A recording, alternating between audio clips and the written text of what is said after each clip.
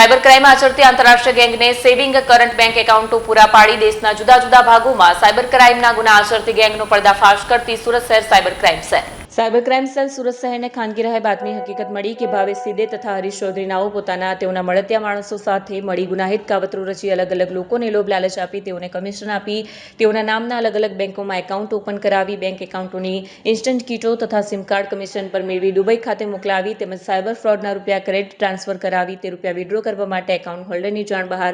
Bank account સાથે link mobile નંબરનો ગેરકાયદેસર ઉપયોગ કરી તેના દ્વારા ઓનલાઈન ટ્રાન્ઝેક્શનો કરવા માટે નેટ બેન્કિંગ એપ્લિકેશનોનો ખોટી રીતે ઉપયોગ કરી તેના દ્વારા સાયબર ફ્રોડના રૂપિયા જુદા જુદા એકાઉન્ટોમાં ટ્રાન્સફર કરી તે રૂપિયા બેંક એકાઉન્ટોમાંથી એટીએમ કાર્ડ દ્વારા વિડ્રો કરી દેશના જુદા જુદા ભાગોમાં સાયબર ક્રાઇમના ગુના આચરતી ગેંગ સાથે મળી સાયબર ક્રાઇમની પ્રવૃત્તિ કરી રહેલ છે તે બાતમી આધારે રેડ કરતા રેડ દરમિયાન ભાવેશ મનોજભાઈ સિંદેની ધરપકડ કરવામાં આવી છે। સુરત શહેર સાયબર સેલ દ્વારા નાયબ મુખ્યમંત્રી સાહેબની સૂચનાથી ઓપરેશન મ્યુલ હન્ટની કામગીરી સતત ચાલુ રાખવામાં આવ્યું છે અને એ કામગીરી હેઠળ અમે લોકોને એક બાતમી મળી જેમાં એક ગેંગની માહિતી મળી કે એ ગેંગ સુરતમાં અલગ અલગ મહારાષ્ટ્રમાં અલગ અલગ બેંકોથી ખાતાઓ મેળવી અને અહીંયા પૈસા ઉપાડવાનું કામ કરે છે। આ બાદની હકીકત મેળવતા અમે લોકોએ પરમ દિવસે એક રેડ કર્યું। એ રેડમાં ભાવેશ શિંદે કરીને એક મહારાષ્ટ્રનું નેટિવ છે એમની ધરપકડ કરવામાં આવી છે।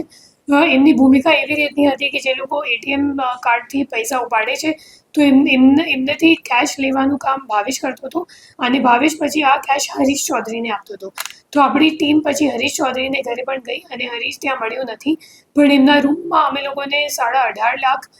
જેટલું રોકડ રૂપિયા મળ્યું છે। એના સિવાય 9 ફોન અને કેશ કાઉન્ટિંગ મશીન, એના સિવાય 40 સિમ કાર્ડ અને कुछ 35 જેટલા અકાઉન્ટની માહિતી પણ મળી। 35 અકાઉન્ટમાં કુछ 56 ફરિયાદો NCCRP કમ્પ્લેન્ટ ઉપર દાખલ છે અને જે ફ્રોડની રકમ છે એ 47 કરોડ 74 લાખ જેટલીની છે અને હાલ આ દિશામાં તપાસ ચાલુ છે કેમ કે જે બે નાસ્તા ફરતા આરોપી છે હરીશ ચૌધરી અને ઋષિકેશ ચૌધરી એ બંને જણા અગાઉ પણ ઈડીના એક કેસમાં જે ગેમિંગનો કેસ હતું 4 વર્ષ પહેલાંનું તો એમાં એ લોકો અરેસ્ટ થઈ ચૂક્યા છે ઓલરેડી। એમને મતલબ ગુનાહિત ઇતિહાસ છે એમને વિરુદ્ધ અને હજી એમને પકડવા માટેની અમે લોકોની તપાસ ચાલુ છે।